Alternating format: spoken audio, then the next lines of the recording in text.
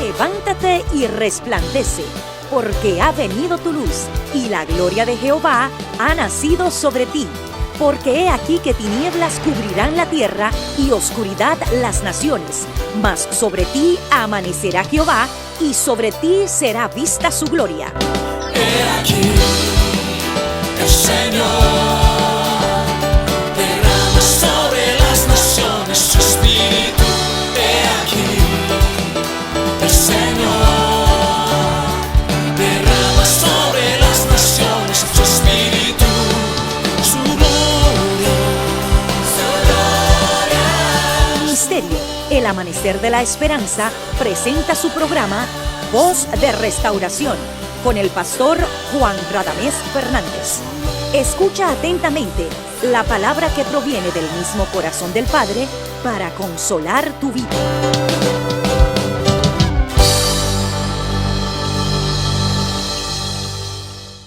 Bendigo al Señor, mi Dios, tu Dios, con todo mi corazón, con toda mi mente, con toda mi alma. Agradezco al Señor esta hermosa oportunidad de testificar, de hablar de su grandeza, de su fidelidad, y en ese espíritu de adoración también entrar a tu vida a través de este medio, bendecirte y bendecir tu casa y orar al generoso y bueno y fiel que está en el cielo, en la tierra y en todo lugar, nuestro Dios, el Padre de Jesucristo, que nos ha bendecido con toda bendición espiritual, y aquel que se complace también en tener misericordia, que hoy la tenga contigo, que a través de la palabra Dios te puede iluminar, santificar, en fin, que el propósito de la palabra llegue a tu vida y hoy sea un día de complacencia, un día de edificación, un día de refrigerio de Dios en tu existencia. Eres bienvenido, bienvenida a nuestra programación Voz de Restauración. Te invitamos a que juntos a continuación estudiemos la palabra de Dios. Ven con nosotros.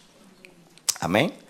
Amados, la porción bíblica de estudio se encuentra en la epístola a los Hebreos, capítulo 5, versículo 11 en adelante. Dice: acerca de esto tenemos mucho que decir y difícil de explicar, por cuanto os habéis hecho tardos para oír. Porque debiendo ser ya maestros después de tanto tiempo, tenéis necesidad de que se os vuelva a enseñar cuáles son los primeros rudimentos de las palabras de Dios. Y habéis llegado a ser tales que tenéis necesidad de leche y no de alimento sólido.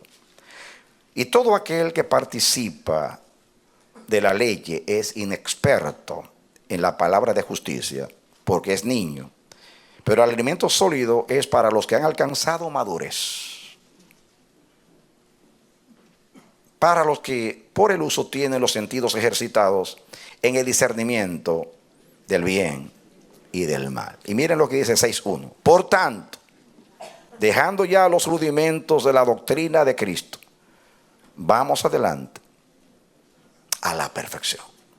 Que Dios nos bendiga a través de la palabra. Insiste el Espíritu de Dios en seguir ministrándonos a través de la palabra, ministrándonos este tema tan pertinente, tan oportuno, tema de siempre, el tema de la madurez. Hacemos un repaso para luego exponer lo que Dios quiere decirnos en este día.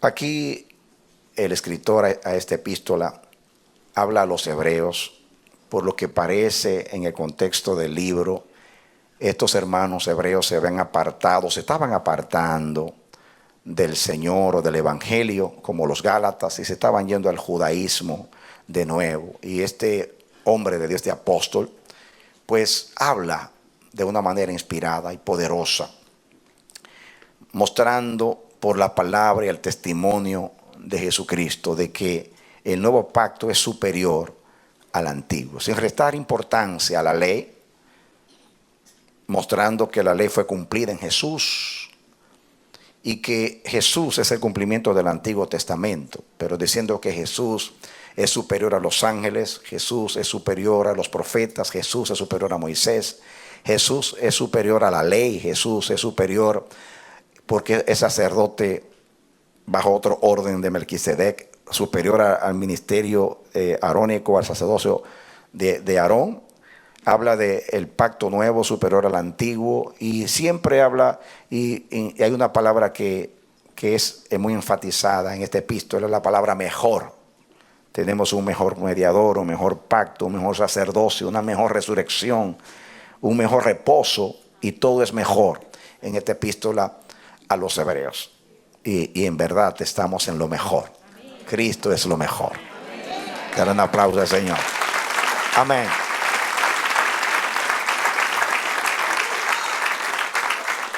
Lo mejor es lo superlativo de bueno. Lo mejor. Ya no hay superlativo para mejor. No se dice más mejor.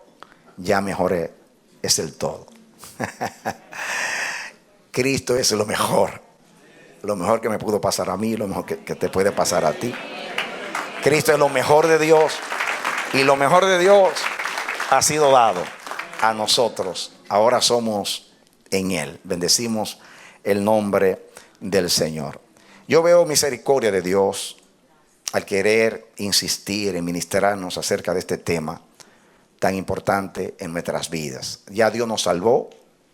Estamos salvados en Cristo Jesús. ¿Cuántos tienen vida eterna? Amén.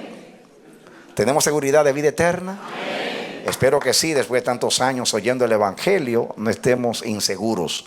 Hay quienes piensan que van a ser salvados por sus buenas obras, y cada vez que se formula esa pregunta, ellos comienzan a autoexaminarse, a decir, yo estoy bien para poder ser salvo. Yo quiero decirte que tú no eres salvo por lo que tú haces, sino por lo que Cristo hizo. Tú no eres salvo por tu santidad, sino por la santidad de Cristo. Tú no eres salvo por tus obras, sino por las obras de Cristo. Las obras de Cristo están terminadas, consumadas, concluidas, finiquitadas, aceptadas por el Padre, y están en un lugar donde el diablo ya no puede entrar. Así que está segura. En verdad os digo, dijo el Señor, el que oye mi palabra y crea al que me envió tiene vida eterna. No es que va a tener, tiene vida eterna. Y dice más, no vendrá a condenación. No solamente es que tiene vida eterna, sino que no será condenado. Dice las dos cosas. Y la dice con un doble énfasis. En verdad os digo. Eso es lo mismo que decir amén, amén. Es cierto, dos veces. Una vez habló el Señor y dos veces he oído esto, que en Dios está el poder. Cuando Dios dice una cosa dos veces, dice el Génesis, préstele atención. Es muy importante. Tenemos vida eterna, segura, guardada en los cielos. Aquel que prometió, que no puede mentir, que juró por su nombre, nos prometió vida eterna. Estamos seguros en Cristo Jesús, Señor nuestro.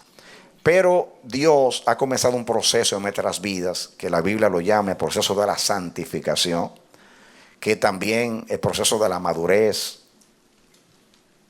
perfección. Algunos llaman el proceso de la santificación, de la perfección, de la madurez. Esas tres palabras son sinónimas en último análisis en la Biblia. Y Dios dice que el propósito de Dios es nuestra santificación.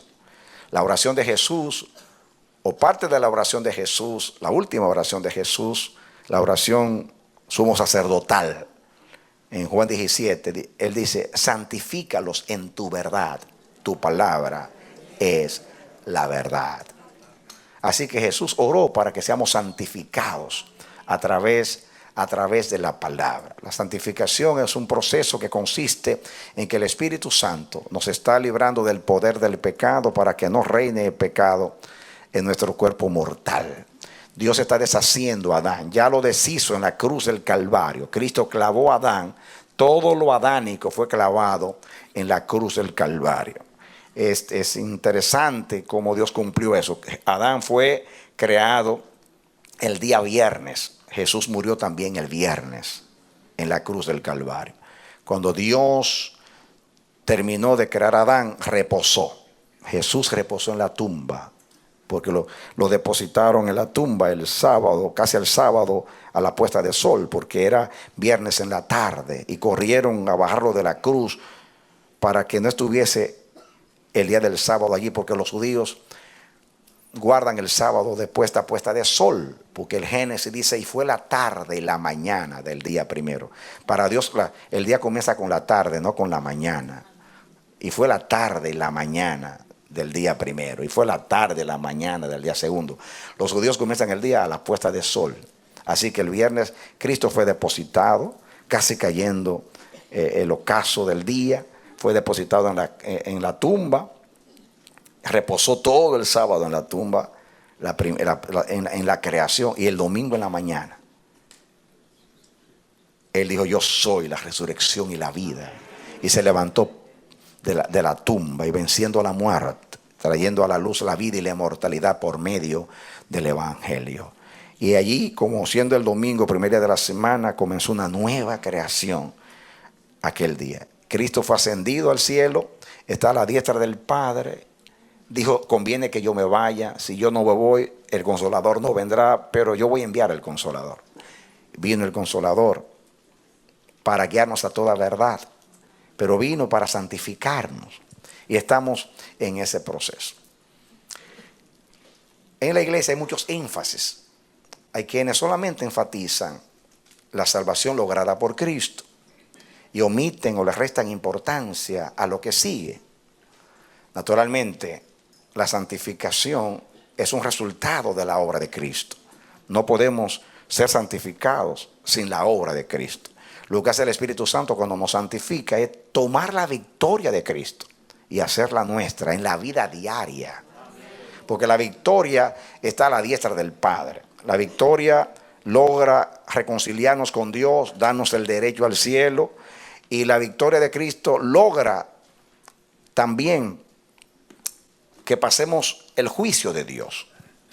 Nos da seguridad. Pero Dios quiere no solamente vencer el pecado en la cruz, sino vencerlo en nosotros. El pecado fue clavado en la cruz, pero tiene que ser clavado en nosotros. Eso es lo que dice el apóstol Pablo. No vivo ya yo, vive Cristo en mí. Con Cristo estoy juntamente crucificado. No vivo ya yo, vive Cristo en mí. Pablo habla de ser crucificado juntamente con Cristo y ser crucificado también en Cristo, porque él dice, como he dicho y enseñado, que la cruz tiene tres mensajes: Cristo crucificado por mí, yo crucificado juntamente con Cristo y Cristo crucificado en mí. Pablo decía, cada día muero. Hay que morir cada día a la carne. Pero la santificación es más allá que la victoria contra el pecado. La santificación es lograr que el fruto del Espíritu reine en nosotros. Amén.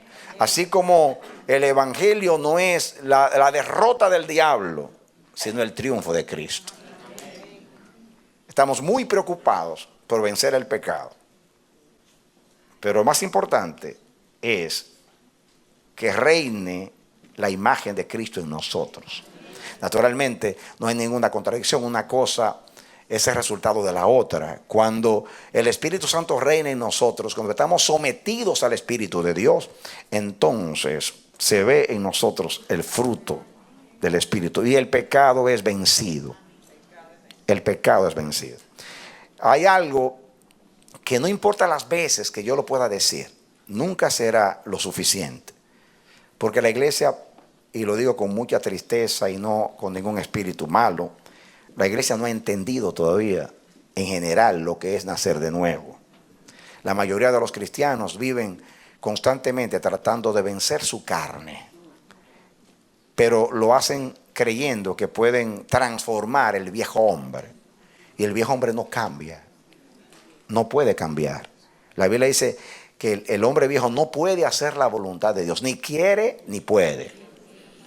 Ni quiere ni puede. El viejo hombre ni quiere ni puede. Así que el hombre viejo no va a cambiar. Eso lo voy a decir hasta que usted lo entienda. El hombre viejo no cambia. Usted puede reformar el viejo hombre. Usted puede educarlo. Como usted puede domesticar un león. y ponerlo, usted lo puede poner mansito. ¿Cuántas veces ha sucedido? Yo he visto documentales de personas que han entrenado, domesticado animales salvajes. Y un día ha pasado con tigres, con leones. Y desde un día viene, la parte salvaje brota de nuevo. Como la poesía de San Francisco de Asís, de El Hermano Lobo. ¿Han oído la poesía del Hermano Lobo? Una tremenda alegoría para enseñarnos que la naturaleza animal siempre es animal. Es una poesía del santo Asís, que ustedes saben que amaba a los animales. Y la historia breve es que había un lobo en una aldea que vivía matando gente, ya ustedes saben, destruyendo, matando vidas. Y el santo de Asís comenzó a ministrarle al lobo y logró que el lobo dejara su vida salvaje, su violencia, que dejara de ser un depredador, y se convirtió en lobo. Y entraba tranquilo a todas las aldeas, la gente le daba de comer, él entraba y salía, todo muy bien. Pero de momento San Francisco escuchó que el lobo había vuelto a su vida salvaje. Y se oían las noticias de cómo comenzó a matar personas, a muchas personas. Y salió entonces el santo a buscar al lobo. Y cuando lo encuentra, le pregunta: ¿qué pasó contigo? Y él comienza a decirle lo que sucedió. Pues yo seguí tu consejo, mi hermano Francisco. Yo entraba, salía, dejé de matar, dejé de matar para comer, y todo iba muy bien. Pero los hombres comenzaron a maltratarme. Y ellos comenzaron a usar violencia contra mí. Y tú sabes, hermano, nació lo salvaje que había en mí otra vez. Y esa es la historia. Entonces comienza a matar. Es lo que decimos nosotros. Yo no me meto con nadie, pero el día que me provocan, yo no me sé contener.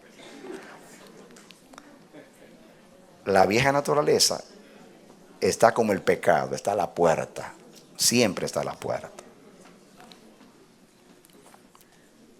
No nos engañemos, el hombre viejo no cambia, el hombre viejo es sometido al Espíritu Santo. El Espíritu lo somete. Es muy importante eso. Hay una semántica en la Biblia dice que somos transformados.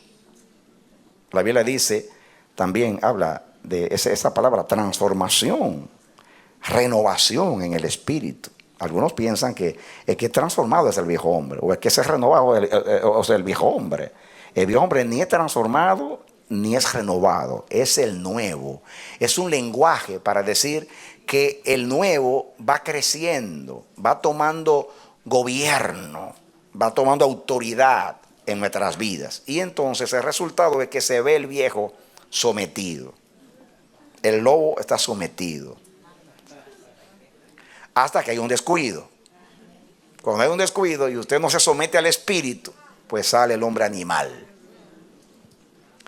El hombre psíquicos, el hombre de la mente, el hombre de las emociones, el hombre del intelecto, el hombre natural, como la Biblia lo llama, brota en cualquier momento.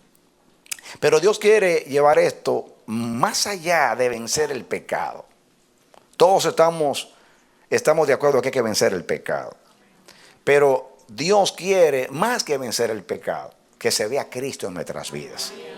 Que se vea la manifestación de la imagen, de la gloria de Cristo en nuestras vidas.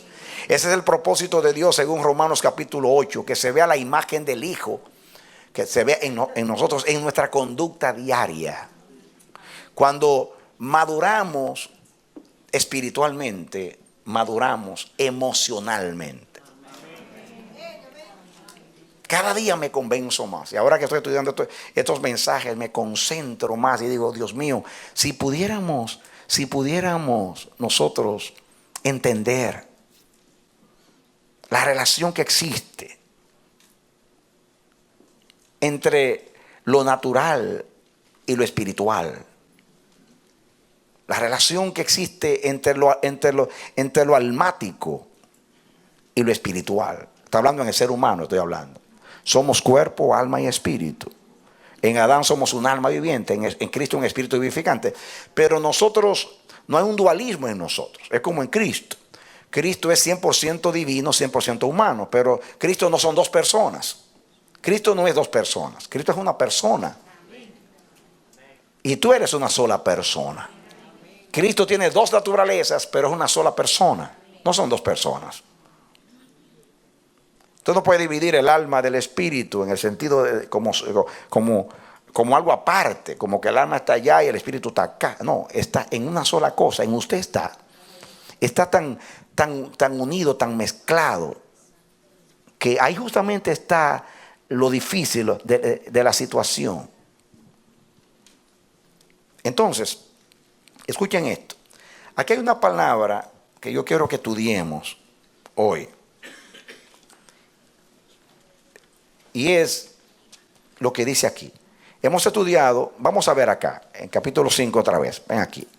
Dice aquí, acerca de esto tenemos mucho que decir y difícil de explicar, por cuanto os habéis hecho tardos para oír.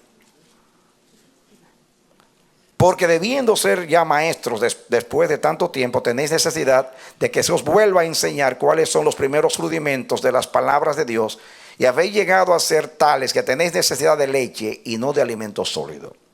Y todo aquel que participa de la leche es inexperto en la palabra de justicia, porque es niño. Fíjense ustedes, incapacidad para oír trae como resultado falta de crecimiento, porque oír es obedecer a Dios. Diga, oír es obedecer. En el lenguaje de Dios, oír es obedecer. Y todo aquel que participa de la leche es inexperto en la palabra de justicia, porque es niño.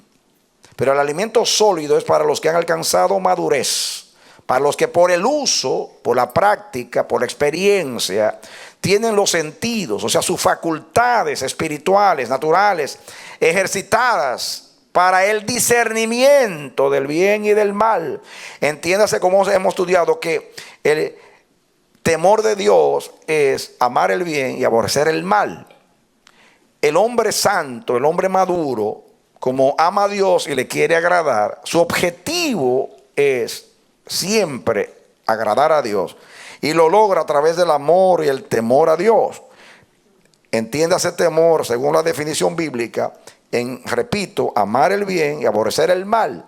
Debido a eso, en que ya no es un niño, ha ejercitado sus oídos, se ha ejercitado en la piedad, se ha ejercitado en todo lo que es sujeción al espíritu, se ha ejercitado en lo que es la muerte al yo, lo que es entender a Dios, creerle, conocerle y entenderle, se ha ejercitado. Y dice aquí que el propósito de ese ejercicio de afinar los sentidos, las facultades, es crecer en el discernimiento del bien y del mal. Crecer en el discernimiento del bien y del mal. Hay un proceso. La fe viene por el oír, y el oír la palabra de Dios. Si yo me ejercito en escuchar la palabra, que significa obedecer a Dios, comienzo así. Como todo comienza y todo va creciendo. El sol sale tímidamente cada mañana en el alba y va creciendo, como dice, hasta que el día es perfecto. Proverbios dice que así es la vida del justo. Es como la luz de la aurora, va creciendo hasta que el día es perfecto. Usted comienza a ejercitarse en el oír a Dios, en las pequeñas cosas. Usted no logra ser un experto de una vez. Usted pasa por un proceso. Primero lo poco, luego lo mucho. Es que ser en lo poco, llega a ser fiel en lo mucho. Comienza con lo pequeño y luego sigue ejercitándote. Por eso es importante conocer la voz de Dios para comenzar a crecer en el oído. Poner el oído alerta para conocer la voz de Dios y salir a obedecer. Dios nos prueba con cosas pequeñas en la obediencia y luego nos asigna cosas mayores. En ese proceso de oír la palabra de Dios, nosotros vamos sometiéndonos al Espíritu Santo. De esa manera nos vamos ejercitando en la piedad, en la disciplina, como hemos estudiado del Señor. Entonces, nuestros sentidos, nuestras facultades comienzan a crecer. Y el resultado es discernimiento. Ya no somos niños, ya no somos arrastrados por las corrientes, ya no somos movidos con facilidad. Ya sabemos en quién hemos creído. Ya sabemos conocemos el propósito de Dios. Y nadie nos mueve de la esperanza que hay en nosotros. Estamos firmes en la fe, creciendo en la obra del Señor siempre. Creciendo en todo, en aquel que es la cabeza, esto es Cristo. Entendiendo que nuestro viejo hombre fue crucificado con Cristo. Entendiendo que hay un Adán en nosotros que debe ser clavado. Que ese Adán se manifiesta a través de los sentidos. Como hemos estudiado, Eva fue engañada por los sentidos. En Adán eso es lo que hay en el mundo. El hombre es su qué, el hombre natural. Eso es lo que hay en el mundo. Todo lo que hay en el mundo está en enemistad contra Dios. Los deseos de la carne, los deseos de los ojos, la vanagloria del mundo. Eso es Adán. Eso es Adán. Cada vez que estudio Adán, el domingo a la tarde, Dios nos dio un mensaje poderoso, así espontáneamente nos hizo comparar los dos árboles del huerto, el árbol de la ciencia del bien y del mal y el árbol de la vida. Y nos hizo hacer una representación espiritual que Adán eligió como el hombre, el árbol del conocimiento. El conocimiento, que debe ser algo de Dios, se ha convertido en enemigo de Dios. Por eso la ciencia se ha convertido en enemiga de Dios. Tristemente, la ciencia es de Dios, el conocimiento es de Dios.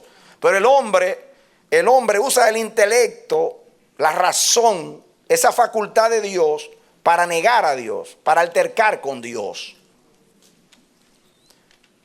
Sí, porque eso fue lo que Eva le dijo: tú serás como Dios. Pablo dice que el conocimiento envanece, el amor edifica. Amén. Nos hemos inclinado hacia el conocimiento, porque el conocimiento nos hace semejantes a Dios. Pero el diablo usó el conocimiento para decir: tú serás como Dios. Si tú comes, tú conocerás el bien y el mal y tú serás como Dios. Eva vio el árbol codiciable para alcanzar sabiduría. El diablo distorsionó el sentido o los sentidos. Pablo dice: temo que como la mujer, como la serpiente engañó a Eva, vuestros sentidos sean movidos o cambiados y vosotros dejéis la simpleza de Cristo. Los sentidos, aquí habla de los sentidos, de ejercitar los sentidos. Pero ejercitar los sentidos espirituales para poder vencer los naturales. El hombre psíquico, el hombre animal, el hombre natural, que no entiende las cosas espirituales, porque Eva dejó de ser espiritual y decidió ser espiritual para ser natural. Y eso es lo que hace el pecado. Dios creó al hombre espiritual, pero el hombre, cuando pecó, negó la naturaleza espiritual, dejó de ser espiritual, dejó el árbol de la vida para tomar el árbol del conocimiento del bien y del mal. Entiéndase que árbol de la vida no simplemente es el aspecto natural de tomar el árbol y extender sus años. El árbol de la vida representa a Cristo. En Él estaba la vida. En Él estaba la vida. Él es la luz que alumbra a todo hombre que viene a este mundo. En el principio era el verbo era con Dios y el verbo era Dios. Él es la vida. Dije que la vida eterna no es simplemente inmortalidad. La inmortalidad es un aspecto de la vida eterna. La vida eterna es todo lo que es Dios. Primera de Juan 1. Y la vida que estaba en el Padre se manifestó en el Hijo. Óyelo bien, entiende la revelación. Vida eterna no solamente es inmortalidad. Inmortalidad es un aspecto de la vida eterna. La vida eterna es todo lo que es Dios. La Biblia dice, tu justicia es justicia eterna. Tu ley es la verdad. La justicia de la vida es eterna. La vida eterna es santa porque Dios es santo.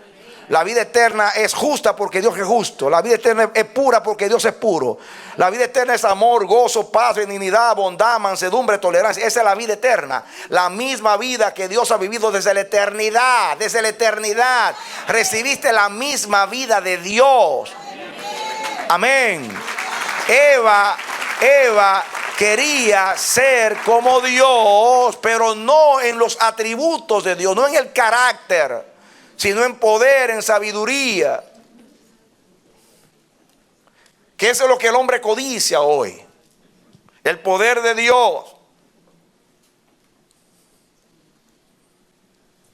La razón, el intelecto, el hacer milagros, en todas esas cosas que nos impelen, nos apelan. Pero el árbol de la vida es andar en pos de lo que es Dios. Andar en pos de lo que es Dios. Y nosotros los maduros andamos detrás del árbol de la vida. La vida abundante es la vida de Dios. ¿Me estoy comunicando?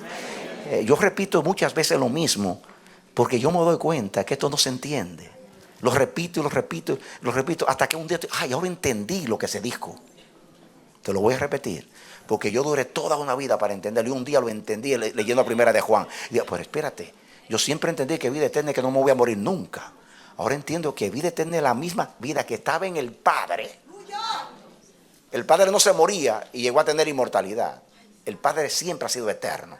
Todo lo de Él es eterno. Por eso se llama vida eterna, no porque no se acaba solamente, sino porque todo lo que es de Dios es eterno, porque Dios es eterno.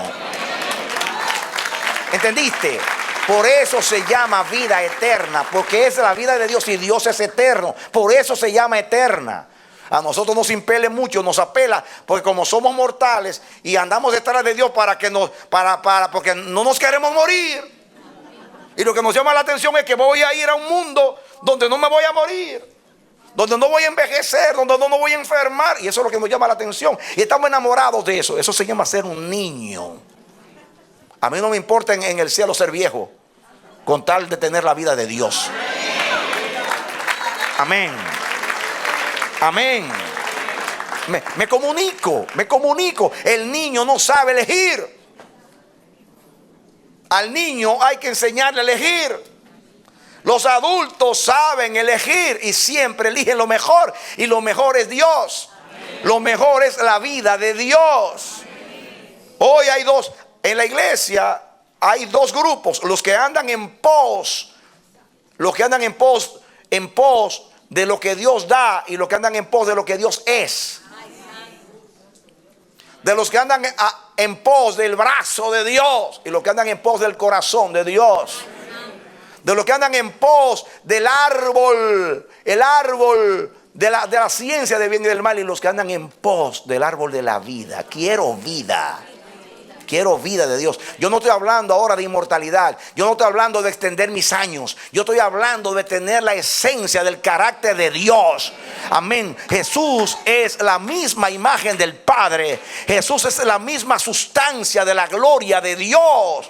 Y el propósito de Dios es que tengamos la imagen del Hijo. Usted no ha madurado si usted quiere ir al cielo por lo que Dios ofrece.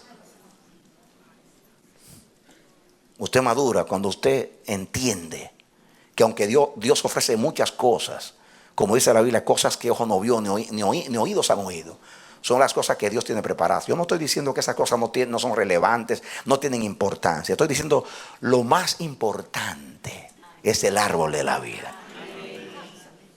Jesús es el árbol de la vida. Está representado Jesús en el árbol de la vida. En Él estaba la vida. Las palabras que yo os he hablado es espíritu y es vida. Vuestros padres comieron el maná y se murieron. Yo soy el pan de vida.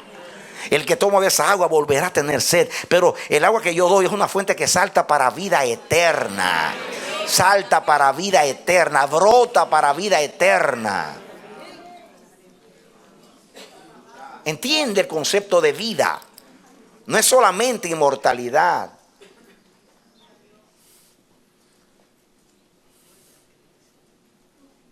Oh Dios, hazlo entender. Derrama revelación. Digo como el apóstol, doblo mis rodillas delante de Dios y Padre del Señor Jesucristo, en quien toma nombre toda familia en los cielos y en la tierra, para que habite Cristo por la fe en nuestros corazones, arraigados y cimentados en Él, seamos capaces con todos los santos de entender la supereminente grandeza de su poder y la esperanza a la cual hemos sido llamados, y entender el amor de Dios que excede a todo conocimiento. Denle un aplauso al Señor. Hay que doblar rodillas para que se entienda. No solamente se entienda con el intelecto, se entienda con el espíritu. Usted puede tomar esto y repetirlo como un papagayo, como se dice. Usted puede repetir lo mismo, una doctrina, lo que sea. Se entiende cuando se impregna en usted, cuando llega a ser parte de su vida, de su práctica diaria. Usted ha madurado, anda en pos de la vida. Ya usted no anda detrás del oro, ni de la perla de la santa ciudad, ni anda detrás de las flores que no se marchitan. Usted anda detrás del Dios eterno, de su persona, de su carácter, de su amistad, de su relación, de su compañerismo. Madurez. Que hay un proceso. Oír, ejercitar los sentidos, afinar los sentidos, para luego tener discernimiento. Pero no simplemente para entender más que los demás, sino para poder decidir por el bien y rechazar el mal.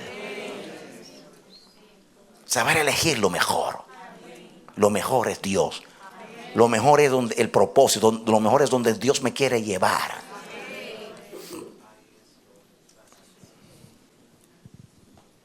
Esta palabra de discernimiento, esa es la palabra griega, diakrisin. Aquí se traduce para discernir entre el bien y el mal.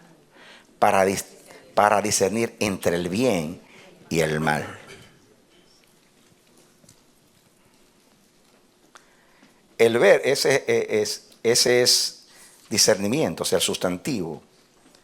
El verbo es diacrino, que tiene varios significados: separar, discriminar, para luego aprender, determinar, decidir.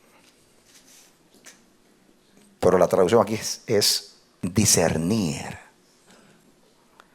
¿Recuerdan ustedes en 1 Corintios 11:29 lo que pasaba en la iglesia de Corinto con el asunto de la cena del Señor? ¿Recuerdan ustedes que Pablo en las epístolas a los Corintios, que lo hemos puesto como un ejemplo, es allí donde él les dice: yo no puedo llamarles a ustedes espirituales, sino niños en Cristo? Ustedes, yo no puedo darles leche, lo mismo que dice acá, porque ustedes ni dientes tienen. Porque la palabra que se usa aquí, eso es lo que significa. Un bebé, un infante que ni siquiera le han crecido los dientes. Por eso no puede masticar, no es capaz de ingerir alimentos sólidos. Entonces, la iglesia de Corinto es una iglesia donde no faltaban los dones. sobraban los dones. Dice Pablo, no falta ningún don en ustedes. Había manifestación del Espíritu. A mí yo te he dicho esto, por a mí me ministra mucho que la iglesia iluminada con la palabra, que son los hebreos, que lo tenía todo para ser madura, no era madura. La iglesia que tenía todos los dones también era inmadura. Es una casualidad que la iglesia que tenía el conocimiento de Dios era inmadura. Y la iglesia que tenía los dones también es ser inmadura. ¿Ven ustedes que usted puede tener la palabra y ser inmaduro y tener dones y ser inmaduro? No había algo que administraran los corintios donde no había desorden. En los dones era una locura aquello. Profetizaban todos juntos. Eso era una Babilonia la grande, una confusión. Todo el mundo profetizaba al mismo tiempo. Y perdónenme, en muchos lugares así. Usted dice, Dios mío, ¿quién está hablando acá? Interrumpen al predicador, grita aquel, salta aquel, el otro tira la silla, el otro. Es un desastre puro, ¿sabes? Pero eso teniendo la Biblia, diciendo la Biblia lo que dice. Yo no estoy aquí para criticar, estoy aquí para corregir. La palabra es útil para enseñar, para corregir, para redarguir y para que el hombre de Dios sea perfeccionado. En esta iglesia también había problema con la cena del Señor. Capítulo 11. Venga conmigo a 1 Corintios capítulo 11.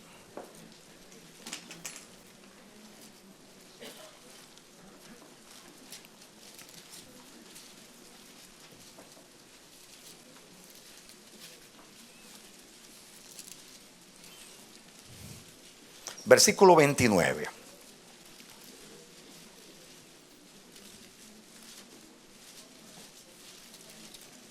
Ahí usa la palabra aquí, el verbo diacrino. ¿Lo tienen? Dice, porque el que come y bebe indignamente, sin discernir el cuerpo del Señor, juicio come y bebe para sí.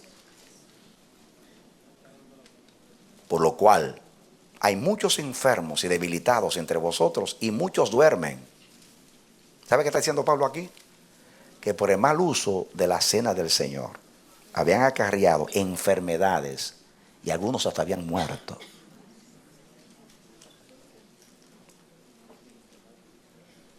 Dice 31, si pues nos examinásemos a nosotros mismos, no seríamos juzgados.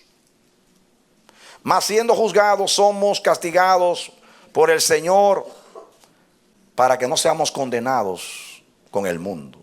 Así que, hermanos míos, cuando os reunís a comer, esperaos unos a otros. Eso significa que no se esperaban. Cada uno comía aparte. Era un desastre. Hacían una fiesta llamada los ágapes, lo que nosotros llamamos aquí en la iglesia coinonía. Y los ricos llevaban opulencia, abundancia, y hacían exhibición de sus riquezas, de su abundancia. Y los pobres no tenían nada. Algunos se embriagaban y había un desastre y un desorden. Por eso le dice el apóstol, yo no puedo llamarlos a ustedes espirituales. Sois niños en Cristo. Dice el 33. Así que, hermanos míos, cuando os reunís a comer, esperaos unos a otros. Si alguno tuviere hambre, coma en su casa, para que no os reunáis para juicio. Oigan ustedes, las demás cosas las pondré en orden cuando yo fuere. Pero ahí dice el 29, porque el que come y bebe indignamente, sin discernir el cuerpo del Señor, come juicio.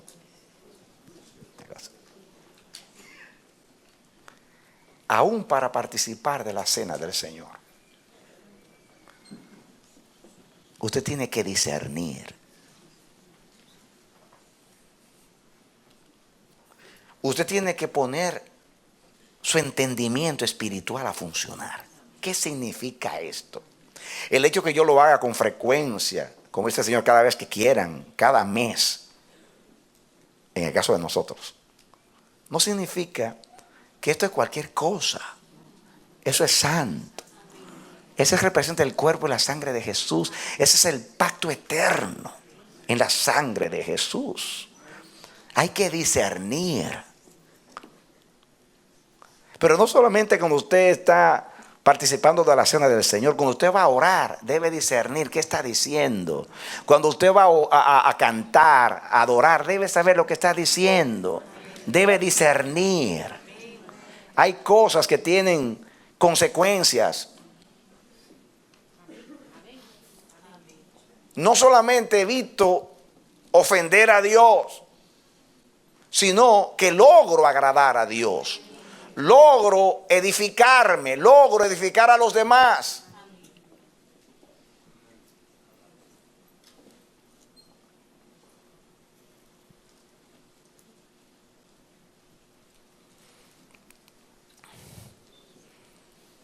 Diacrisis, discernimiento. Escuchen ahora algo importante. Eso es un don espiritual.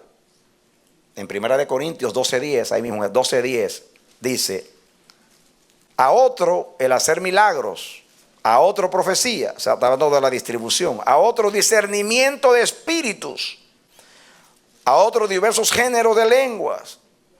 Y sigue hablando el apóstol. Pero ahí habla de discernimiento de espíritus. Es un don espiritual.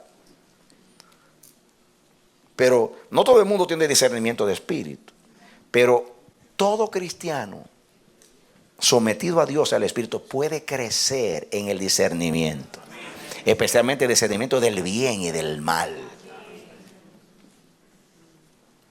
Aquí es discernimiento para distinguir los espíritus. Pero aquí está hablando de discernimiento en general.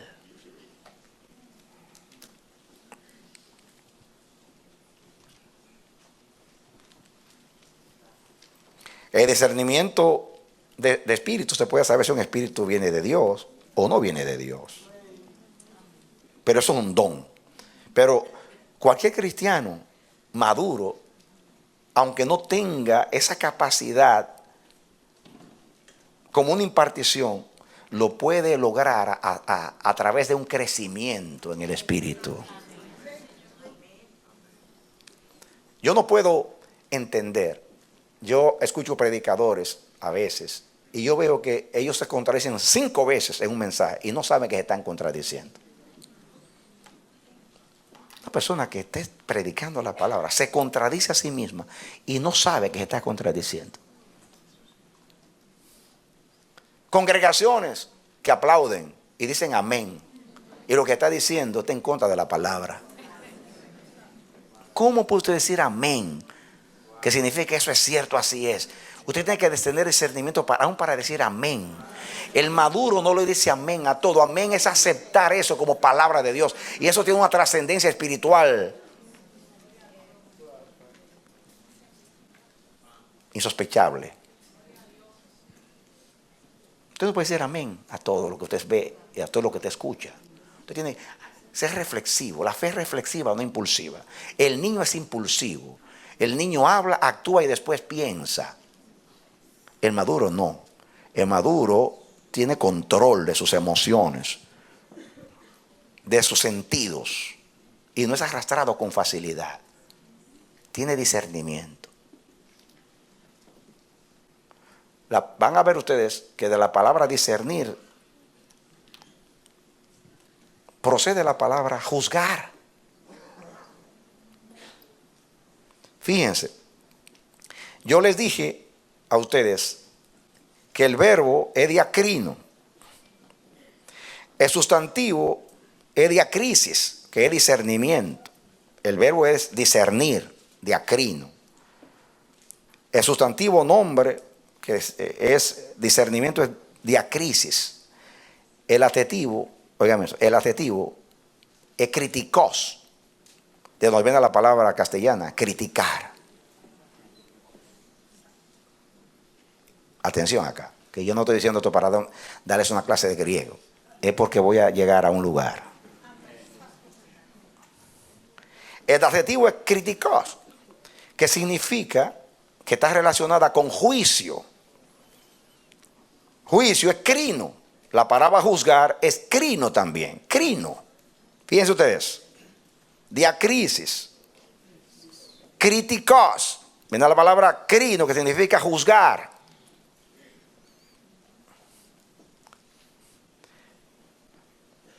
Juicio, juzgar. Es crino. Significa una persona que tiene juicio, que sabe juzgar, tiene habilidad, es adecuado para juzgar, es habilidoso para ello. Ahí viene la palabra castellana, crítico. La palabra juicio es crisis, como se dice en español. Hay una crisis, eso es juicio. Una crisis. Pero es interesante lo siguiente. La palabra kritikos, el adjetivo. Juicio, crino. Juzgar. Una persona, fíjense, nosotros, la palabra criticar en nuestro idioma tiene a veces la connotación de algo negativo. Inclusive tenemos que añadir una crítica constructiva. No. Una crítica es un análisis. Es una manera de juzgar algo. Una persona para ser hábil o entrenado en la crítica tiene que ser una persona experimentada, un perito. Usted no puede criticar si usted no tiene conocimiento de un área. Ni siquiera puede opinar.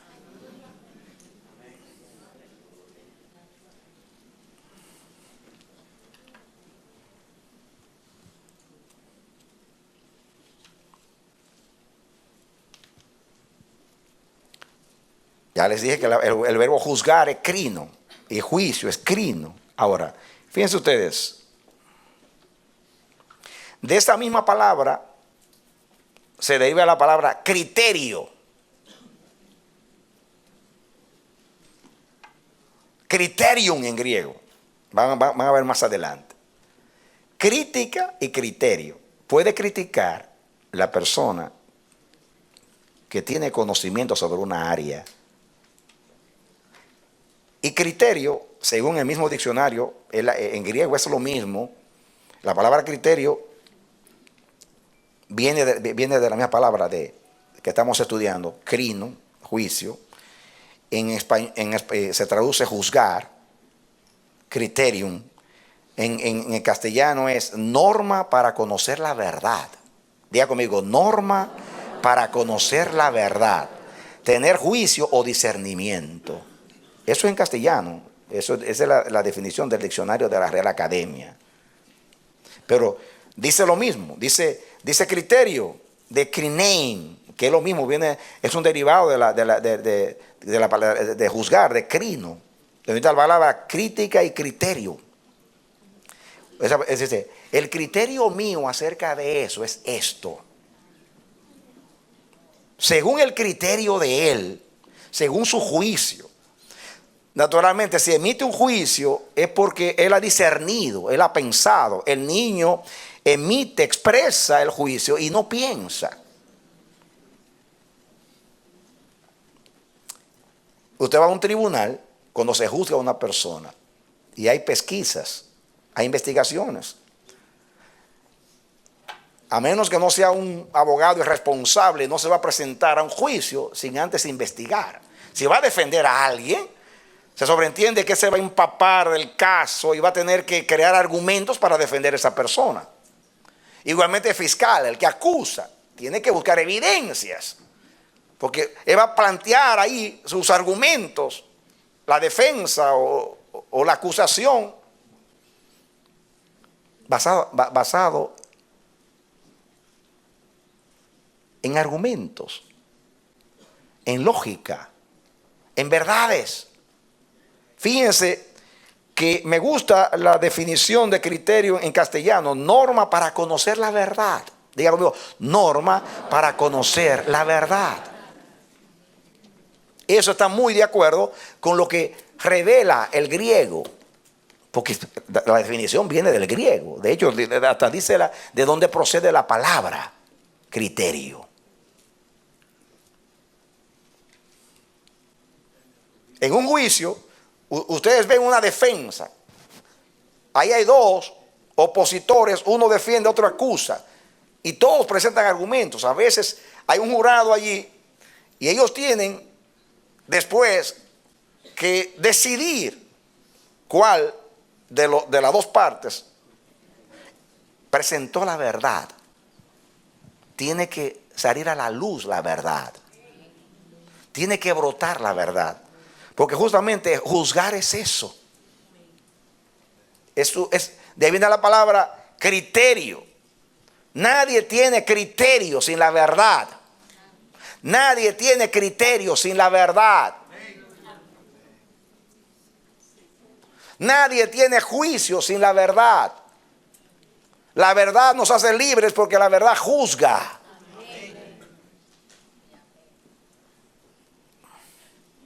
Escuchen ahora. Ahora van a entender un texto que es muy conocido. Hebreos capítulo 4. Hebreos capítulo 4. Fíjate que estábamos en el 5, ahora vamos al 4.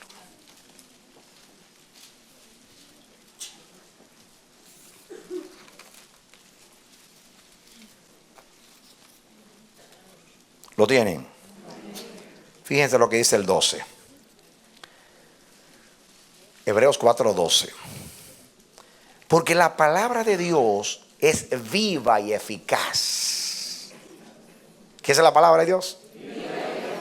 Y más cortante que toda espada de dos filos, y que penetra hasta partir el alma y el espíritu y las coyunturas y los tuétanos, escuchen, y discierne los pensamientos y las intenciones del corazón.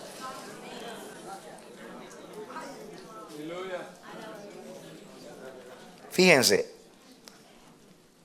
la traducción literal de la cueva, que es una traducción del griego literal. Miren cómo dice, lo voy a literalizar. Porque viva es la palabra de Dios y operante, o sea, eficiente. Es la palabra energía, tiene eficacia y energía, que es la palabra operación, poder. La palabra viva es la palabra de Dios y operante, o sea, eficiente, y más cortante que toda espada de dos filos, y que penetra hasta la división de la psuqué, el alma. ¡Ja, ja! La palabra corta y divide, ahí dice literalmente, voy a leer otra vez, porque viva es la palabra de Dios y operante, o sea, eficaz, eficiente y más cortante que toda espada de dos filos, y que penetra hasta la división de un alma o psuqué y del espíritu neuma, tanto de las coyunturas como de los tuétanos, y capaz de críticos los pensamientos y las intenciones del corazón. Y a usar la palabra críticos. Así que la palabra es la más crítica que hay. Críticos, que la palabra se traduce en discernir, pero es críticos. Lo que quiere decir que la palabra de Dios critica, juzga, discierne las cosas profundas del alma. Y puede cortar, no solamente discierne, es cortante. Usted puede tener un corazón falso, engañoso. Usted puede tener una defensa almática, pero la palabra penetra y corta. Y la palabra discierne, juzga, critica. Que ya saben ustedes lo que significa crítica aquí. Criticos. Juzga los pensamientos y las intenciones del corazón. Pero dice que penetra hasta la división de la psuqué. Estamos hablando del hombre natural, el hombre psúquicos. Les he enseñado siempre. Les he enseñado siempre. Y lo repito y lo repito y lo voy a seguir repitiendo hasta que usted lo capte.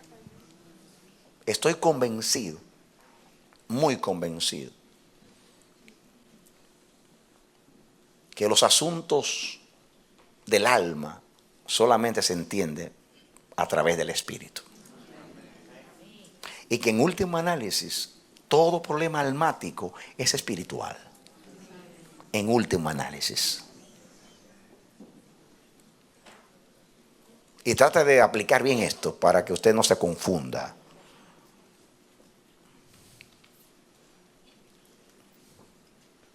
Hagamos un diagnóstico de Adán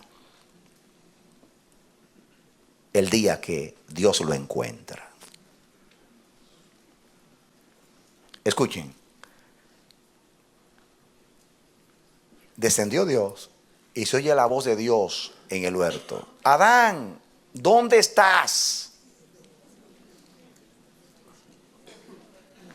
Y dice Adán, inocente, porque era inocente, era un niño. Oí tu voz en el huerto y tuve miedo porque estaba desnudo. Y dice Dios, ¿y quién te dijo que tú estabas desnudo? ¿Cómo supiste que estaba desnudo?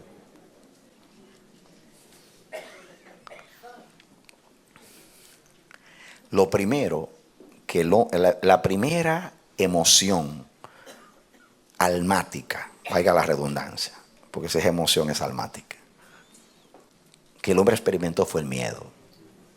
Ahí comenzaron los problemas psicológicos. Comenzó el alma. Tuve miedo. Miedo. Eso no se conocía. El hombre espiritual no teme. La Biblia dice que el que teme no ha sido perfeccionado en el amor.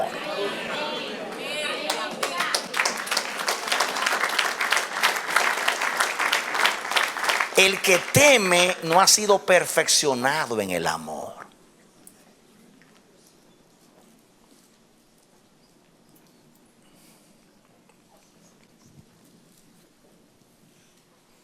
¿Qué le pasó a Adán?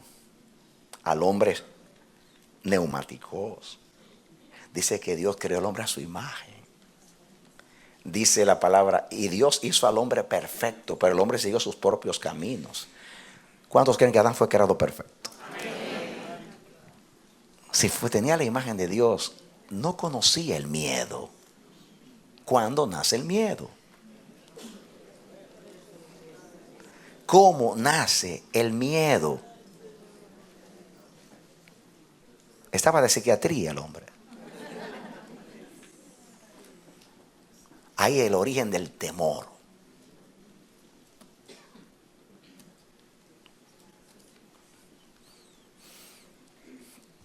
El temor de Adán era que él sabía que había pecado. Él sabía que había hecho lo malo. Él sabía que había desobedecido a Dios. Y él sabía que Dios venía a pedirle cuenta.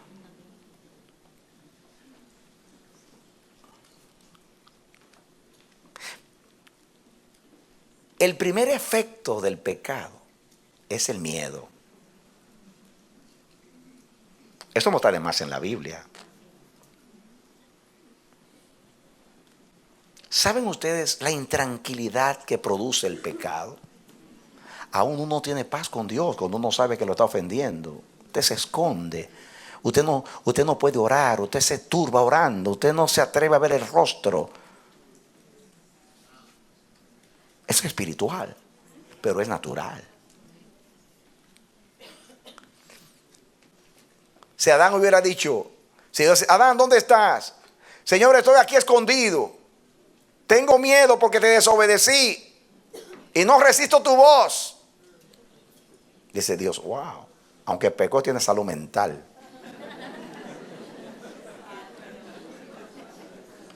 Pero no fue así. Él contestó en su inocencia.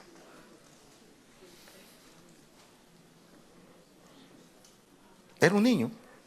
Adán era un niño, aunque era espiritual. Fue hecho espiritual, pero era un niño.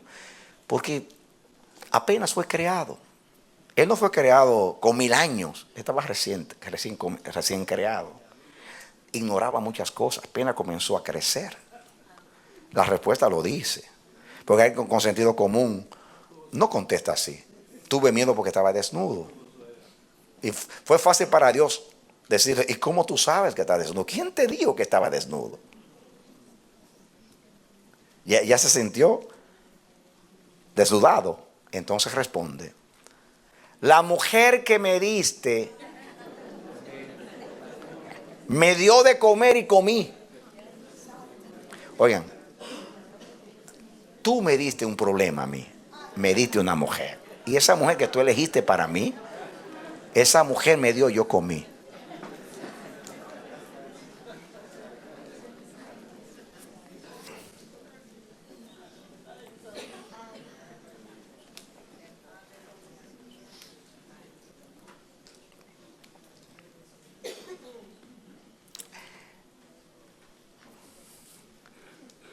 Yo me veo en Adán y todos debiéramos de vernos en Adán. Ese es el hombre. Nosotros con nuestros problemas emocionales vivimos detrás del árbol, todo el tiempo detrás del árbol, escondidos. Eso escondido. La psicología dice que temperamento son las tendencias heredadas o adquiridas. Eso es temperamento. Carácter es lo que yo soy en verdad. Y personalidad es la fachada. Es lo que yo quiero que la gente piense de mí. Eso es personalidad.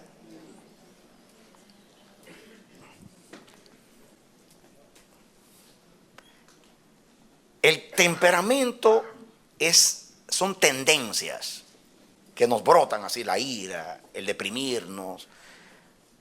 Están latentes. El carácter es el temperamento educado o superado, que es lo que yo soy en verdad. Ya sea que me venció el temperamento, que nunca lo he gobernado, o que lo he gobernado en parte, lo que he logrado en mi lucha contra el temperamento, eso es carácter, que es en realidad lo que yo soy. De la palabra carácter viene la palabra imagen. Es mi imagen, es lo que yo soy en realidad. Porque carácter es lo mismo que un sello. Carácter es algo que se impregna. Que se prensa en algo. Le ponían el sello y ese era el carácter, el sello, la estampa. Cuando usted le pone, cuando usted le sacan una fotocopia, eso es lo que tiene el original. Cuando usted estampa algo, de acuerdo al sello, es lo que se estampa. Eso es carácter.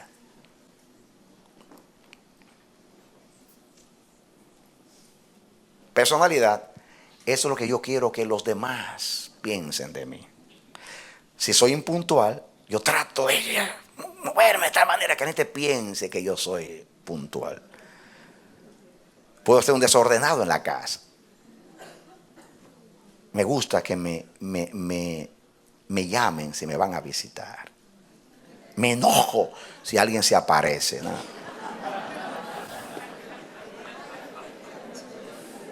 Yo soy una persona que tengo mi tiempo controlado, pero mentira, es que no quiero que me sorprenda para que no vean el reguero que tengo. Y cuando tocan a la puerta, hago milagros, porque en 1 minuto pongo la casa en orden. Y pobre armarios o closet. ¡Momentito! ¿Qué pasó? Que estaba en bata. Tuve que arreglarme. Mentira. La fachada, la personalidad. Vivimos siempre dando una imagen de lo que no somos. Constantemente. Estamos mandando mensajes. Constantemente. Yo soy puntual. Yo soy responsable. Yo soy ordenado. Mentira todo. Fachada. Detrás del árbol todo el tiempo. Escondido. No quiero que nadie sepa lo que soy. Estoy desnudo, pero detrás del árbol. No muestro mi desnudez. No quiero que me vean la desnudez, me da vergüenza. Que me vean como soy.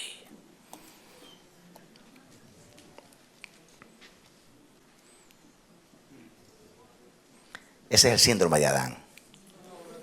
Es bien almático. Así se cubre el alma. Esa es la batalla que tenemos todo el tiempo. No hay nadie que no sea adánico. Si yo me estuviera ahí, pudiera predicar por meses. Porque me hubiera un psicólogo aquí hablando de los problemas psicológicos. Todos los problemas nuestros, almáticos, psicológicos. Acuérdense que su qué debe hablar a psicología, psiquiatría. Tiene que ver con el alma, con la mente.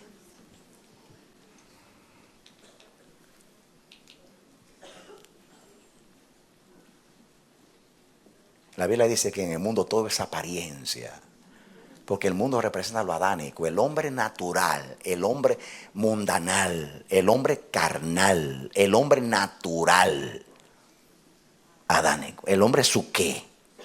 Siempre está escondido detrás del árbol, ocultando su desnudez y diciendo lo que no es desde atrás. Tengo miedo. ¿A qué le temes? Que sepan quién yo soy. Ese es mi miedo. ¿Y el tuyo? Es el mismo. Tú no quieres que nadie sepa quién tú eres. Porque yo necesito aceptación, reconocimiento y aplausos. Y si saben quién yo soy, me van a pedir respeto. No me van a ver mal, me van a ver mal. Y no van a ver en realidad como yo quiero que me vean.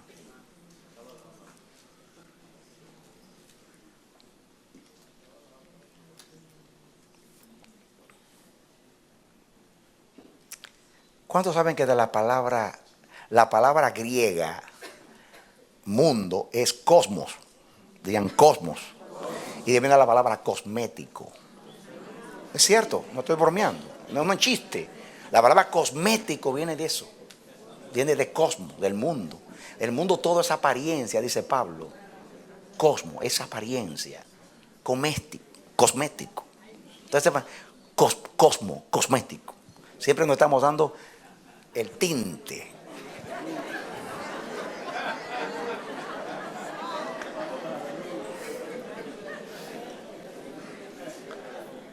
Cosmético. Cosmo, el mundo. Todo lo que hay en el mundo, los deseos de los ojos, los deseos de la carne, la vanagloria del cosmético, no es de Dios. No es de Dios. Lo primero que Dios logra en el espíritu es que nos presentemos tales como somos. Porque criterio es la norma para la verdad. Y la verdad es que me hace libre. Amén. La palabra de Dios es viva, es eficaz, es penetrante, juzga. Primero corta el alma, corta lo almático, separa el alma del espíritu. Eso es lo que corta, alma del espíritu. Y juzga las intenciones del corazón. No te juzga para condenar, juzga para discernir, para revelar, para decirte estás mal. Eres un desordenado, eres un niño. Deja tu apariencia, no te escondas más. No tengas temor presentarte como eres. Porque nunca vas a cambiar mientras te estés ocultando. Veo un problema bien serio. Bien serio. Es el problema más serio espiritual que conozco después de autoexaminarme yo mismo como hombre pecador y después de conocer al hombre como pastor por casi por 40 años. Y veo un problema bien serio y es reconocer que me equivoqué. Es tan difícil. He visto hombres de alta altura, lo confrontan con dos personas. Mira, tú dijiste esto. No, yo no dije eso. ¿Cómo que no dijiste eso? Dos personas te escucharon. ¿Cómo que no? Me dice, sí, es verdad, yo fallé, pequé. Me da vergüenza que interpreten que lo que yo dije fue lo que quise decir. Me da vergüenza y me oculto. Cuando en realidad así nunca voy a mejorar. El mal se va a perpetuar en mí. Voy a ser un niño toda la vida. La palabra no solamente diagnostica, la palabra sana. Amén. La verdad, dice que, miren ustedes, la palabra es el instrumento para discernir. La palabra te revela lo profundo del corazón. Penetra hasta donde tu mismo pensamiento no ha llegado. Pero no te deja ahí. No solamente te dice, eres pecador, estás mal, sino que es bálsamo para sanarte. Es viva y eficaz, penetrante, pero útil para enseñar, para redarguir, para corregir, para instituir y para que el hombre de Dios sea perfecto, enteramente instruido para toda buena obra. Santifícalos en tu verdad. Tu palabra es la verdad.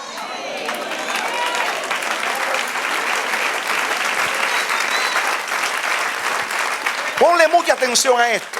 La Biblia lo dice. El que encubre sus pecados o sus faltas no prosperará. Pero el que lo confiesa y se aparta alcanzará misericordia. Esa es la diferencia entre Saúl y David. Delante de los hombres, el pecado de Saúl fue cualquier cosa. Hasta los hombres lo justificarían. ¿Por qué? Porque el pueblo me hacía presión y se quería llevar unas vaquitas bonitas para sacrificárselas al Señor. Suena tan noble. Samuel le dijo, llego tal día, y no llegó. El pueblo se le precipitaba y se le iba. Disertaba el pueblo.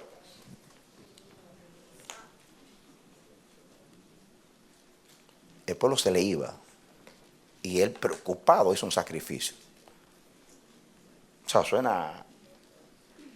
En un seminario de hoy le darían 100 o 10 como líder, porque se aplaude al líder que tiene iniciativa. Pero el pecado de David, ni con el diablo pasa el examen, David, porque había una alevosía a la diabólica potencia. Tomó una mujer que no era suya, mató a un hombre inocente y fiel, íntegro a su reino y a Dios. Y lo mandó con la carta de muerte en su mano. Un crimen terrible como no hay otro en toda la Biblia. Pero cuando Dios se lo confrontó, contra ti solo he pecado. He hecho lo malo delante de tus ojos. Diferente, un espíritu distinto. Saúl como, tú llegaste tarde, fuiste impuntual, el pueblo se me iba. Desertaba el pueblo. El pueblo quiso las vaquitas. Siempre justificándose, echándole la culpa a los demás. Cuando Natán le expone a David la parábola y le dice, tú eres ese hombre, dice, he pecado contra el Señor. No comenzó a dar vueltas. Contra ti solo he pecado. He hecho lo malo delante de tus ojos. Esa es la diferencia. A Dios no se le acaba el mundo cuando tú pecas. Dios sabe que tú eres pecador. A Dios se le acaba el mundo cuando tú te justificas. Cuando tú te metes detrás del árbol A mí me gusta meterme detrás del árbol, pero detrás del Calvario, del madero. No me mire a mí, Señor, mira el crucificado.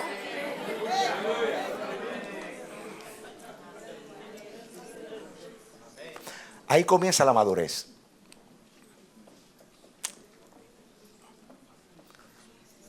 ¿Por qué tememos? Ustedes analizan el temor. Y el temor, en último análisis, es exceso de amor propio. En último análisis, el temor es un exceso del amor propio. Es que me amo tanto que temo caerme del avión. Amo demasiado mi vida.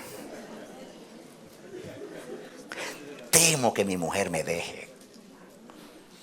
Temo perder el prestigio.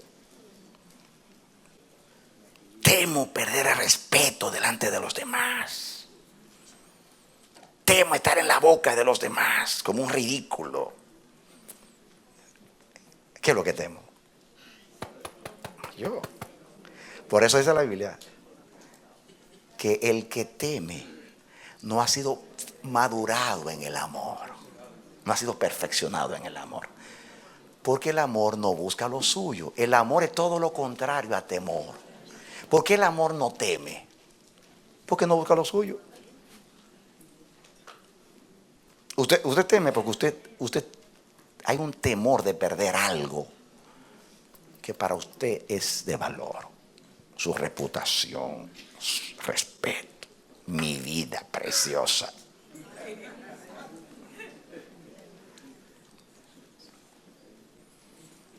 Miren, ustedes no saben lo que resulta de esa expresión. Tuve miedo. Hay que discernir. Tuve miedo. Porque estaba desnudo. En Adán uno lo entiende. Fue su primera experiencia de pecado con Dios. Pero nosotros que vivimos pecando toda la vida desde que nacimos y todavía estamos escondiéndonos con miedo. Han oído el refrán que dice que el que reconoce su debilidad no se le exige que mida su fuerza. Aún entre los impíos, usted ve en la farándula que están atacando en la prensa a un deportista o a un artista o a un político. Inmediatamente él dice: excúseme, yo fallé. Se acabó el chisme.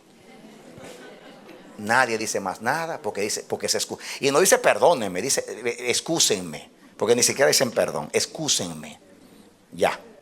Entre los impíos, el que dice yo fallé, ya, se acabó el tema. ¿Por qué se acabó el tema? Porque todos los que se están criticando son tan pecadores como tú. Que yo tenga miedo ver a Dios porque pequé, eso yo lo entiendo. Pero que yo tenga miedo de ti si tú eres tan pecador como yo. A ver. ¿Por qué no desnudarme delante de ti si tú también tienes lo mismo que yo desnudo? Eres lo mismo que yo. ¿Por qué tanto respeto a mi yo?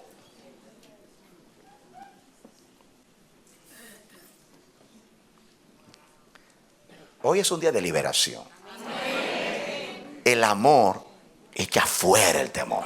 ¿Y qué es el amor? No busque lo suyo, busque lo de Dios, busque la gloria de Dios, busque el beneficio de los demás. Viva para Dios y para los demás y verá que se le ve el miedo.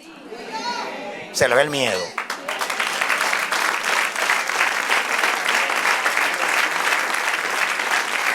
Amén. Y todos los problemas psicológicos, emocionales, los trastornos, en último análisis, es eso. Los miedos, los traumas.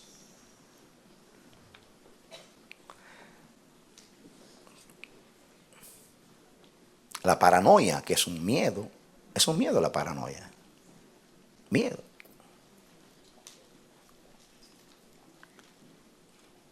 ¿Saben ustedes qué es salud mental? Hay un psicólogo que define la salud mental de esta manera. Me gusta esa definición. Salud mental. Tengo salud mental cuando el potencial que tengo para hacer frente a la vida supera las demandas de la vida. Cuando mi potencial para vencer las demandas de la vida es superior a las demandas de la vida, tengo salud mental. Si el potencial mío es inferior a las demandas de la vida, tengo pobre salud mental. Y me gusta porque, no solamente porque suena bonito, sino porque lo he analizado espiritualmente y es una gran verdad. Una gran verdad.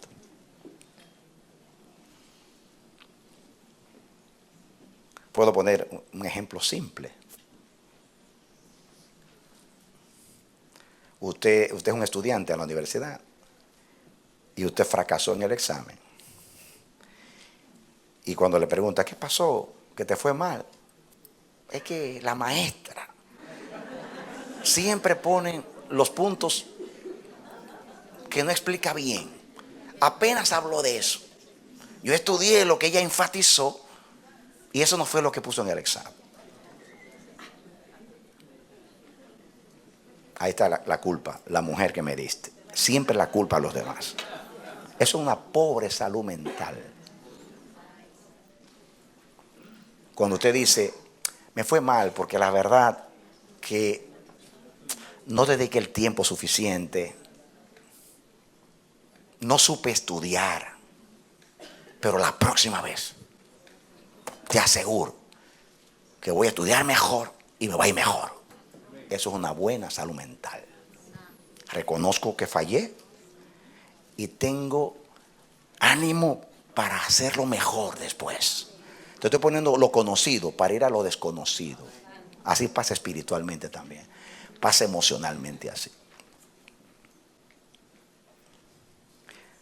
Los psicólogos llaman defensa psicológica a los recursos de la mente para no admitir lo que está sucediendo.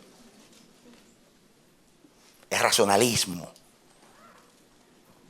Como digo, hay una... he mencionado a veces lo que le sucedió al mono.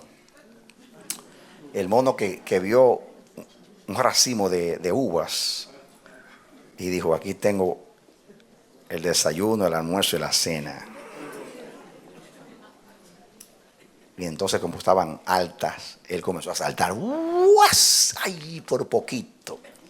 Y luego un poquito más lejos. ¡Ay, ay, ay! La palpé. Un poquito más lejos. ¡Ay! Pasó el día entero saltando. Ya olía a mono. De tanto que sudó. Y después se para frente al lago y dice, total, están verdes. Eso es una defensa psicológica. O sea, por no decir fracasé, soy un tonto, no busque una forma mejor de subirme. Están verdes. Sí, es lo mismo. Me discrimina porque soy latino, no me ponen en la iglesia porque soy así, siempre acusando a los demás. En vez de decir, yo fallé, el problema está en mí. Aunque estén los demás, diga, es mío el problema. Como dice un psicólogo, no fue que a ti te deprimieron, tú te deprimiste, porque si tú quieres, tú no te deprimes. Si tú quieres, nadie te deprime. Si tú quieres, nadie te humilla. Si tú quieres, nadie te humilla. Si tú quieres, nadie te humilla. Si tú quieres. Tú te dejas humillar. Tú te dejas avergonzar. Tú te dejas deprimir. Tuyo es el fracaso. Y eso es lo primero que Dios tiene que lograr en nosotros. Reconocimiento. ¿Cómo voy a ir a buscar ayuda al médico divino si no reconozco que estoy enfermo? Y créanme, de ahí se generan casi todos nuestros problemas espirituales. No tenemos éxito con Dios por eso. Porque siempre estamos amándonos tanto que no reconocemos.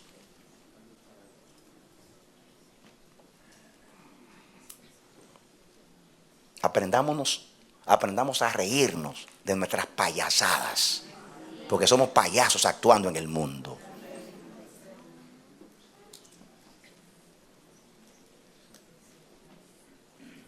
Hay muchas vacas sagradas en la iglesia que no se pueden tocar. Son temas que no se pueden tocar.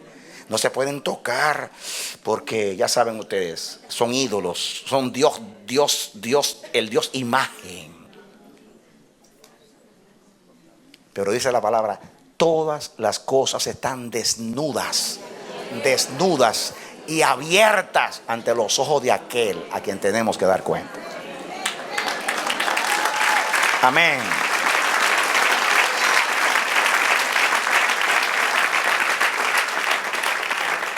¿Han visto los niños lo difícil que se hace a un niño reconocer?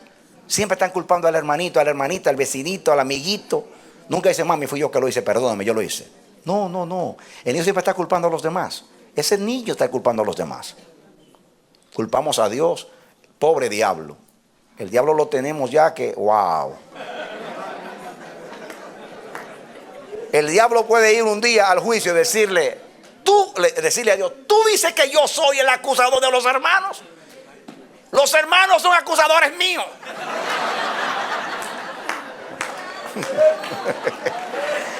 Perdóname, yo no soy el abogado del diablo.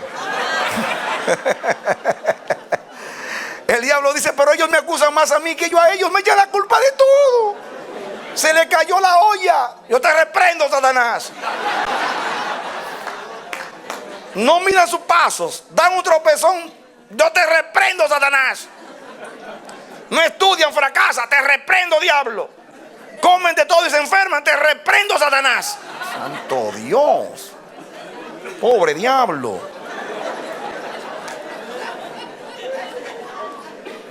Y saben ustedes una cosa, se van a sorprender. Una revelación del infierno me vino ahora mismo. El diablo dice, me gusta esa situación, que me echen toda la culpa a mí. Así nunca cambian y siguen siendo niños toda la vida. Que sigan culpándome a mí. Sigan, me gusta. El diablo lo inventó, tírenme la culpa a mí.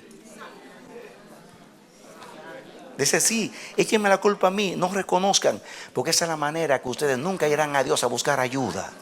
Siempre andarán llenos de miedo, de temores. Temores a veces, ¿sabe? Hay que vencer los miedos. Miren, les voy a contar una experiencia personal. Yo en la universidad me gradué con magna cum laude en casi. Segundo en toda la universidad. Por poquito tengo el discurso. Solamente una persona tuvo más. No estoy hablando de teología solamente, incluyendo todas las profesiones. Enfermería, administración, educación, todo.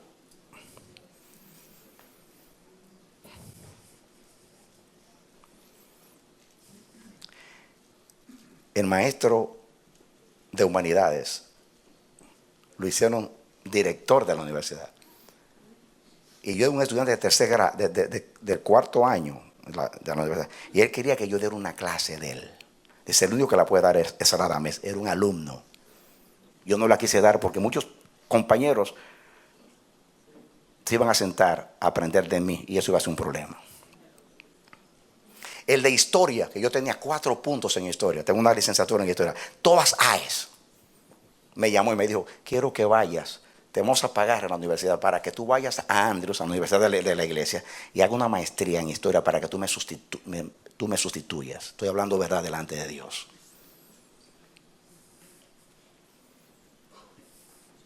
En la psicología me dijo, tú eres una esponja, tú absorbes todo. El de griego, hebreo, epístolas, Antiguo Testamento. Un día cuando me gradué le invité aquí a predicar porque supe que estaba en Nueva York. En la iglesia nuestra ya habían sillas y nos sentábamos, como muchas iglesias, atrás, los que iban a participar del culto. Y yo estaba detrás cuando lo presenté y él, el doctor Tertullien, sabía varios idiomas, me enseñó griego y hebreo. Y entonces yo lo presento, me siento y él dice, detrás de mí está el estudiante que yo preparaba los exámenes, pensando en él para que nunca me sacara A. Y no importa lo que yo hacía, siempre me sacaba A. Estoy hablando delante de Dios, no miento. A mí me daba pena con los compañeros, porque se pasaban estudiando, y yo venía a última hora, 3 horas antes, y sacaban mejor nota que ellos. Escuchen, aunque se asombren, sacaba buena nota en inglés. Sí, yo estudié inglés de universidad, inglés avanzado. ¿Qué te pasó, Radamés? Te voy a decir, ahora viene la revelación. No me entra el bendito idioma. ¿No es verdad? Tengo problemas con sonido, no me entra. Te lo puedo leer, conozco la gramática.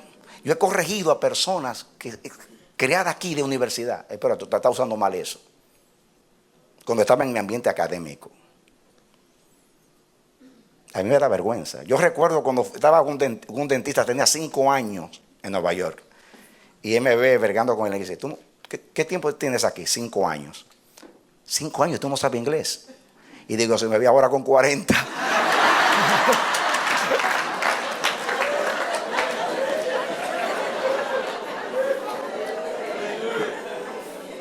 Esto lo está viendo el mundo entero. Miren acá, Juan Radamés Fernández.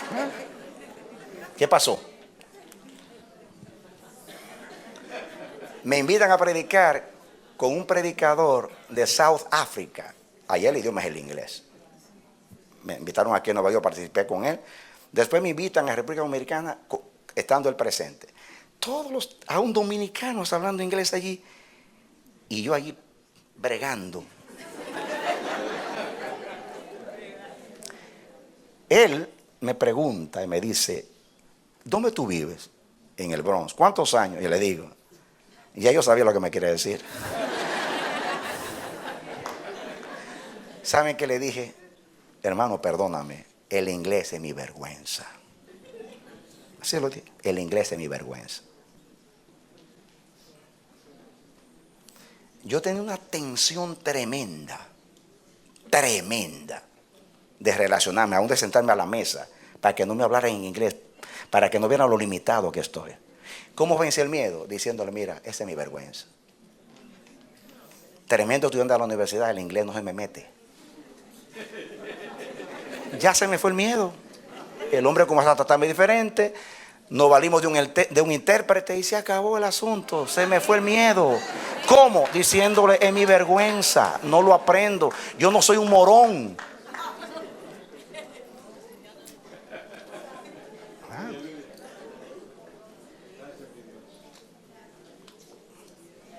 Yo saqué A en física.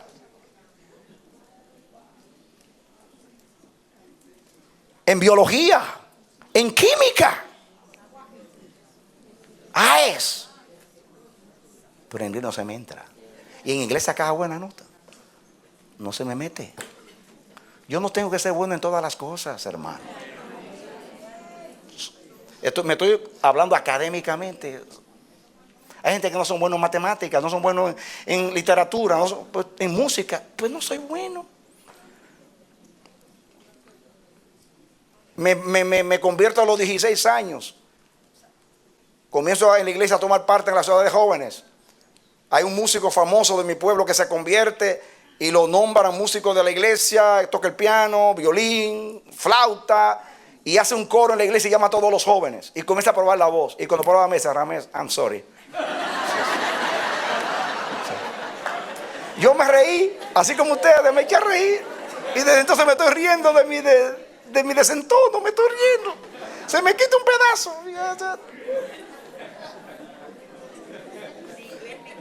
Claro, se acabó el asunto. ¿Cuál es el problema? ¿Cuál es el problema? A ver. ¿Saben ustedes? Les voy a decir un asunto. ¿Saben ustedes por qué yo me equivoco muchas veces aquí? Digo Lucas por Juan. Ustedes no se dan cuenta, pero yo se me doy cuenta.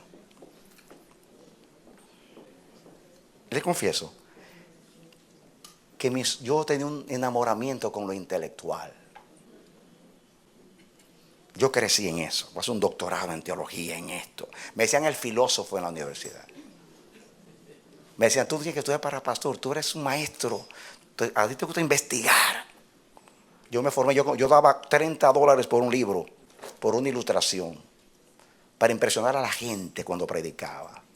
Y cuando Dios me llamó a la vida del Espíritu, lo primero que me dijo, deja los libros porque tienen mucha influencia sobre ti. Y fue difícil para mí. Era un Dios para mí lo intelectual.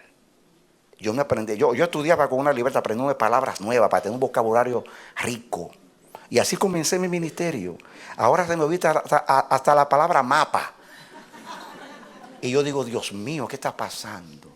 Y hubo tiempo que me deprimía. Y cuando me equivocaba, a veces yo quería corregir porque me daba cuenta que hice mal. Iba a corregir. Dice, no corrija, déjalo así. Que piensen, así me dice yo, quédate callado. Antes que ustedes me corrijan, ya yo lo sé que me equivoqué. Pero no diga nada. No trate de arreglar la cosa. Yo estoy logrando algo contigo.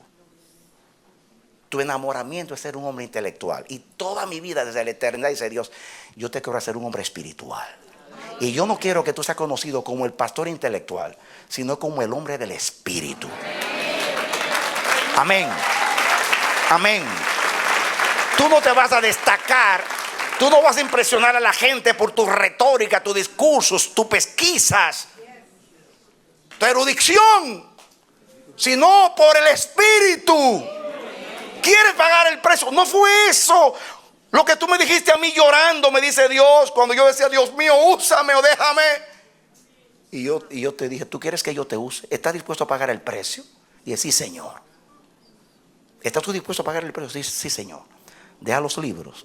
Porque tú estás enamorado de los libros. ¿Por qué me estoy desnudando delante de ustedes? ¿Y qué hago yo? Me río de la payasada mía, que de mis errores me río. Lo cojo a broma. ¿Sabe qué? Estoy liberándome de los miedos. ¿Sabe qué? Quiero tener una buena salud espiritual. Y si tengo una buena salud espiritual, la voy a tener emocional. El potencial mío para bregar con los problemas de la vida, ese potencial de Cristo, porque todo lo puedo en Cristo que me fortalece.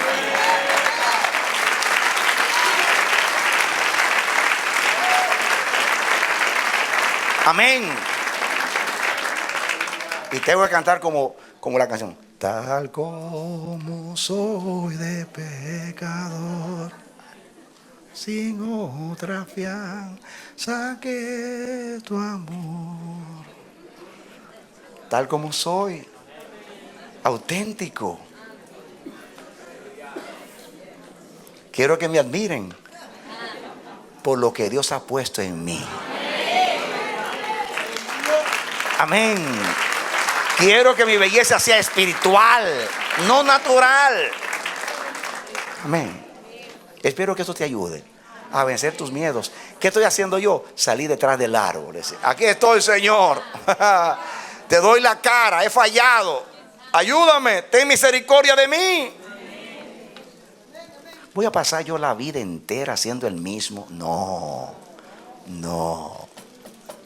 Que Dios me ayude siempre a reconocer. Oremos. Padre, gracias. Tú has querido ministrarnos de esta manera. Ojalá que le echemos mano a esta enseñanza para que nos libremos del síndrome de Adán y viva Cristo en nosotros. Ahí está el principio. Es un rudimento, Señor, de la madurez. Saber reconocer. Nunca voy a vencer nada si no reconozco mi debilidad. Ni aún contigo conseguimos nada si no reconocemos que hemos fallado. Dios mío, danos la humildad. Danos discernimiento a través de la palabra. Ella es penetrante, ella revela lo que hay en el corazón. Ayúdanos, Señor, cuando tu Espíritu, Señor, nos revele. No escondernos detrás de los árboles, sino reconocer y salir a darte la cara. Libéranos del miedo, del temor. ¿Qué importa que lo que la gente piense de nosotros? Nadie puede señalarnos. Todos son pecadores. Todos somos iguales. Tú eres el único santo. Ayúdanos, Dios, damos la madurez para reconocer.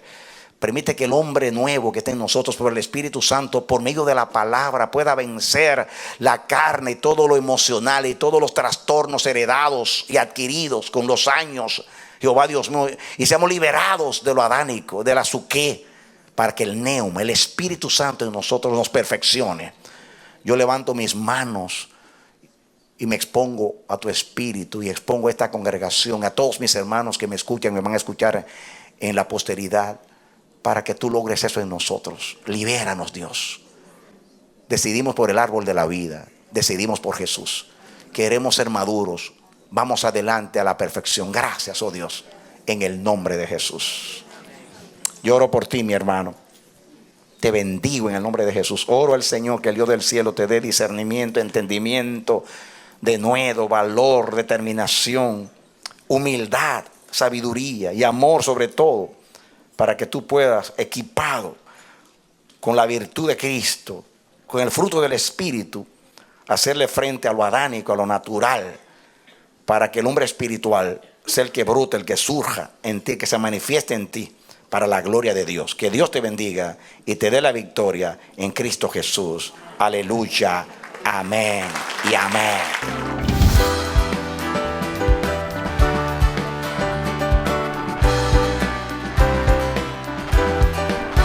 Este ha sido su programa Voz de Restauración. Si desea comunicarse con nosotros, escríbanos al P.O. Box 70, Bronx, New York 10473, o visita nuestra página web www.elamanecer.org. Nos despedimos hasta la próxima. Que Dios te bendiga.